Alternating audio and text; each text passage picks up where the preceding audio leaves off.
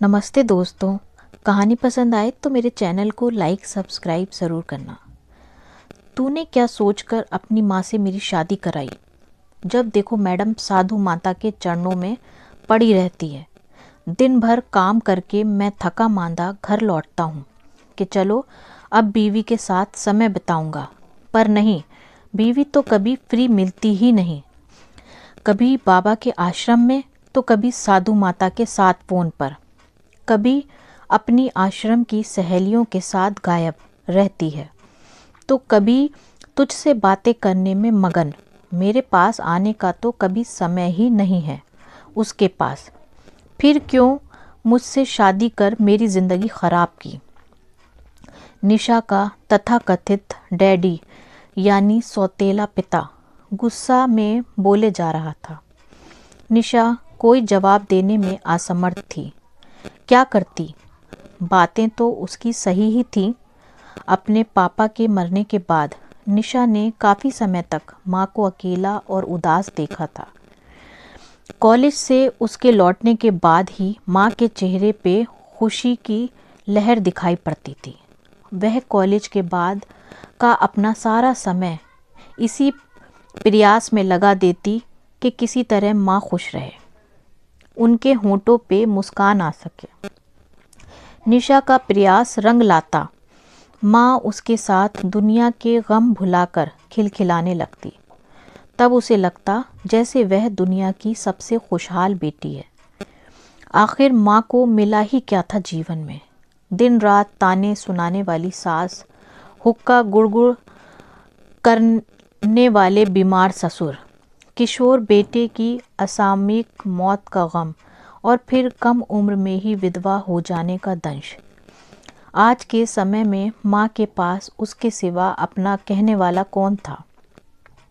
मायके में भी एक भाई के सिवा कोई नहीं था, और उस भाई का होना न होना बराबर ही था। वह सिंगापुर में रहता था और सालों में कभी मुलाकात होती थी। ऐसे में अपनी शादी के बाद माँ के प्रति अपनी जिम्मेदारी निभाते हुए निशा ने उनसे दूसरी शादी की बात छेड़ी थी। माँ, मेरी मानो, अब आप भी शादी कर लो। अकेले ज़िंदगी कैसे गुजरेगी आपकी? माँ एकदम से नाराज़ हो गई थी। यह क्या कह रही है तू? होश में तो है? इस उम्र में शादी करूँगी मैं? रमेश क्या सोचेंगे? मैं उनके सिवा किसी और के साथ नहीं, नहीं, कभी नहीं। कल्पना भी मत करना ऐसी बातों की। माँ के साफ इनकार करने पे निशा का मुंह उतर गया था। निशा ने उन्हें फिर से समझाने का प्रयास किया। ज़रा ध्यान से सुनो आप मेरी बात। आप अब 50 साल से ऊपर की हो, पूरे घर में अकेली हो, कल को अचानक कोई तकलीफ़ हुई तो मेरे पहुँचते पहुँचते तो बहुत देर हो जाएगी ना। और फिर मेरे सास ससुर का मिजाज तो जानती ही हो आप। उन्हें तो यही डर लगा रहता है कि कहीं मैं अपनी माँ को हमेशा के लिए उनके घर लेकर ना पहुँच जाऊँ। मेरे हाथ बंधे हुए हैं माँ। वैसे भी मेरे घर आपकी कोई इज्जत नहीं होगी, तो फिर अपना घर ही बसा लो ना। यही उपाय सबसे बेहतर है। बी प्रैक्टिकल माँ। और पापा क्या सोचेंगे इसकी चिंता आप बिल्कुल भी मत करो। एक तो पापा अब इस दुनिया में हैं ही नहीं, और यदि रहते भी तो आपको दुखी तो नहीं ही देखना चाहते। पर बेटी, इस उम्र में कोई और पुरुष तो क्या हुआ माँ? अपने बारे में सोचो आप। कोई बहुत बड़ा बैंक बैलेंस नहीं है आपके पास, बड़ा सा बंगला भी नहीं है, अकेली रहती हैं आप इस छोटे से घर में, नौकर चाकर भी नहीं है। आगे आपकी उम्र बढ़ेगी, उम्र के साथ बीमारियां भी आती हैं। मैं आपकी जिम्मेदारी उठाना भी चाहूँ तो भी पति की मर्जी के खिलाफ ऐसा नहीं कर सकती। इसलिए शादी ही सबसे अच्छा उपाय है। आप हाँ बोल दो माँ, आपका जीवन सुरक्षित हो जाएगा। मैं भी निश्चिंत हो सकूंगी आपकी तरफ से। ठीक है बेटा, तुझे सही लगता है तो ऐसा ही सही। बुझे मन से माँ ने स्वीकृति दी थी, पर निशा बहुत खुश थी। उसने जीवन साथी मैट्रिमोनियल साइट में माँ की प्रोफाइल बनाने के लिए लगा दी। 50 साल की स्वस्थ, खूबसूरत और संस्कारी बहू। माँ यह पढ़कर बहुत हंसी थी। फिर दोनों ने मिलकर प्रोफाइल तैयार की। पहला इंटरेस्ट भेजा था निशा के प्रेजेंट डैडी यानी कमल कुमार सिंह ने। 55 साल के बिजनेसमैन, बेटा बहू लंदन में सेटल्ड, नोएडा में अपना बंगला गाड़ी। निशा ने पहली नज़र में ही यह रिश्ता पसंद कर लिया था। माँ ने भी ज़्यादा आनाकानी नहीं की और उनकी शादी हो गई। माँ की शादी कराकर निशा बड़ी खुश थी। अपनी जिम्मेदारियाँ किसी और के माथे सौंपकर निशा को सुकून मिल रहा था, पर उसे कहाँ पता था कि यह सुकून कुछ पलों का साथी है। अगले दिन ही कमल कुमार निशा के आगे उसकी माँ की शिकायत का पिटारा खोलकर बैठ गए। कल रात तुम्हारी माँ ने बड़ा अजीब व्यवहार किया, मुझे करीब भी नहीं आने दिया। बस कहने लगी कि थोड़ा समय दो, मैं रमेश के साथ ऐसा नहीं कर सकती। रमेश जो जिंदा भी नहीं, उसी के ख्यालों में खोई रही कि कहीं उसे बुरा न लग जाए। यदि ऐसा था तो शादी ही क्यों की उसने। निशा ने किसी तरह कमल कुमार को समझाया, आप बस थोड़ा समय दो, मम्मा नॉर्मल हो जाएंगी, धीरे धीरे इस नई जिंदगी की आदी बन जाएंगी। मगर ऐसा हुआ नहीं। 2-3 माह गुजर गए, मगर निशा की माँ ने कमल कुमार को करीब नहीं आने दिया। उल्टा अब तो वह एक बाबा की शिष्या भी बन गई थी। जब देखो भजन कीर्तन के प्रोग्राम में चली जाती, वहाँ की सहेलियों के साथ बातों में लगी रहती। कमल कुमार इंतज़ार में ही रह जाता, मगर निशा की माँ अपना बहुत कम समय ही उसे देती। कमल कुमार को यही शिकायत रहती कि वह पत्नी की तरह व्यवहार नहीं करती और उसकी शारीरिक आवश्यकता को सिरे से नकार देती। निशा की एक सहेली थी, कुसुम। कुसुम के 2 किशोर उम्र के बच्चे थे। पति से तलाक हो चुका था। वह अक्सर निशा के घर आती जाती रहती थी। उस दिन भी निशा माँ के पास आई हुई थी और कुसुम उसके साथ बैठी चाय पी रही थी। निशा उस सौतेले पिता कमल कुमार और माँ के बीच की दूरियों का जिक्र उन दोनों के बीच में चल रहा था। तभी कमल कुमार ने घर में प्रवेश किया। सामान्य अभिवादन के बाद भी उसकी नज़रें कुसुम पर टिकी रहीं।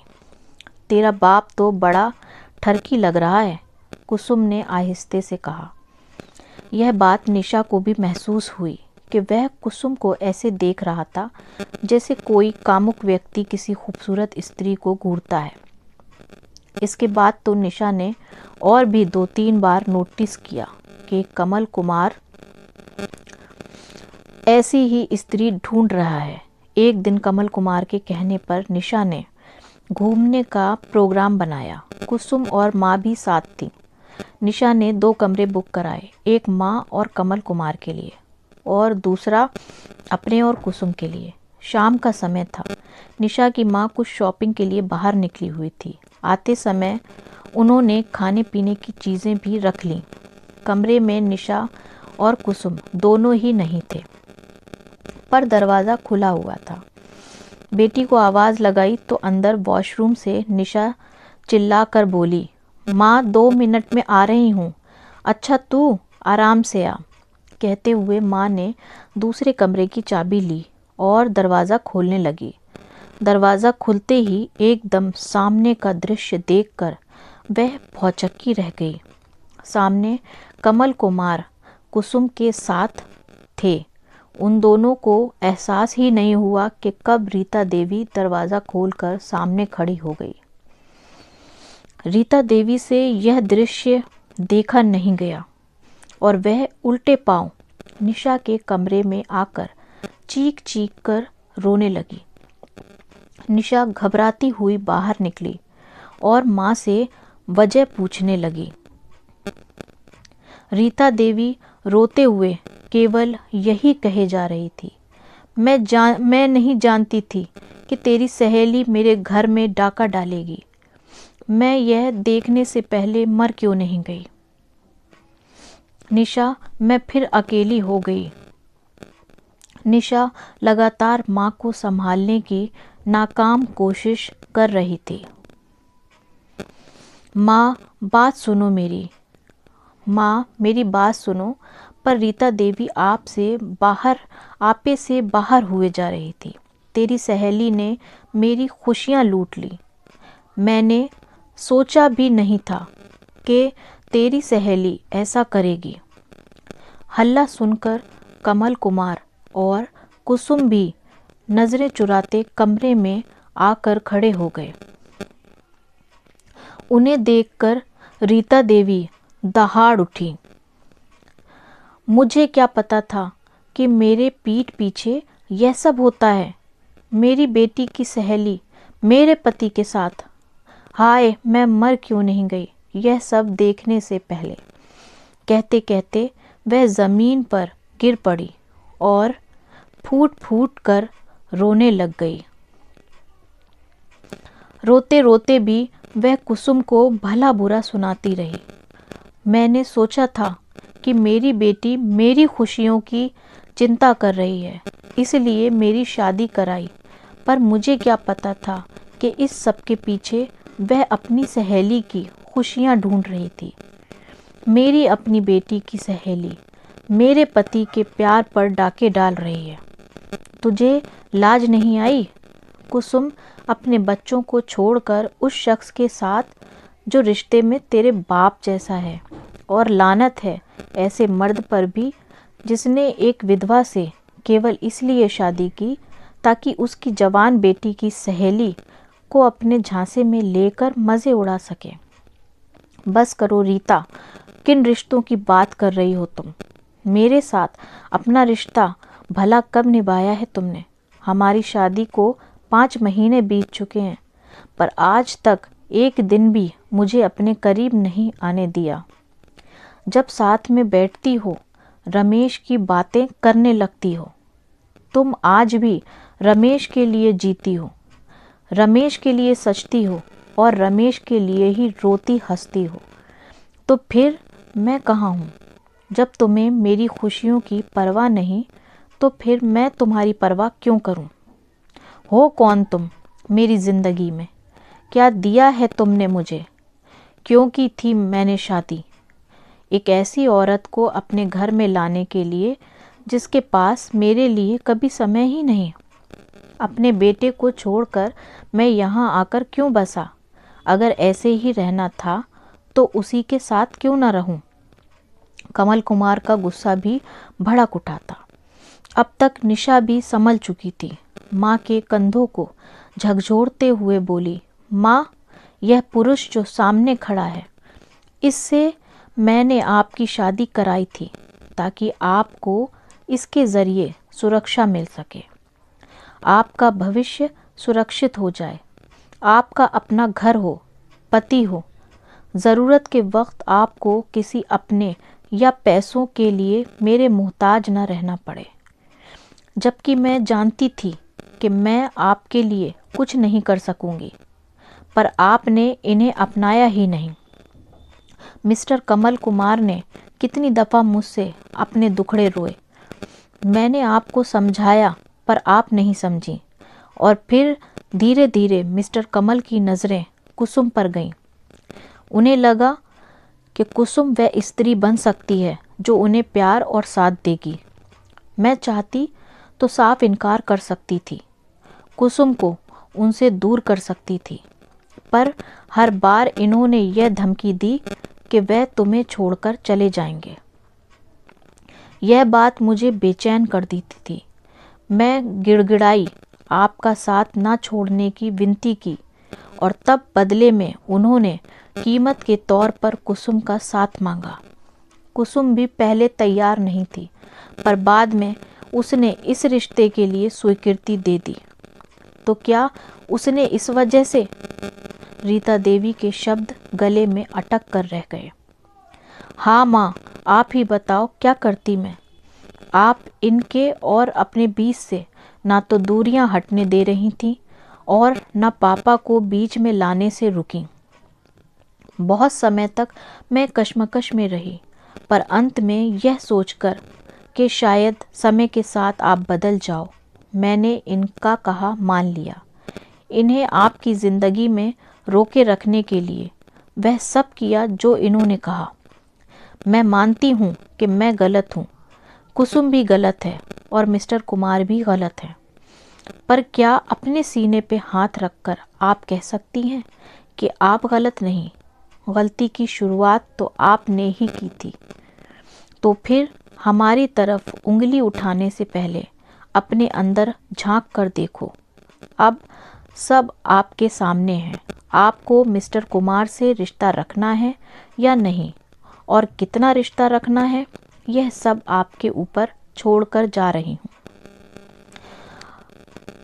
कुसुम भी कभी आपकी ज़िंदगी में दोबारा नहीं आएगी। अब मैं आपकी ज़िंदगी में कोई दखल भी नहीं दूंगी, पर अपना कल आपको खुद देखना है। पापा लौट कर नहीं आएंगे, आपको संभाल लें। इसलिए फैसला आपका है कि आप मिस्टर कुमार को माफ़ कर नया जीवन शुरू करेंगी या तलाक लेकर। अपनी बात अधूरी छोड़ते हुए निशा ने बैग उठाया और कुसुम के साथ जाने लगी। रीता देवी ने हाथ बढ़ाकर निशा को रोका और निढाल सी सोफे पर बैठती हुई बोली, सॉरी मिस्टर कुमार। कहानी पसंद आई हो तो चैनल को सब्सक्राइब और लाइक ज़रूर करना।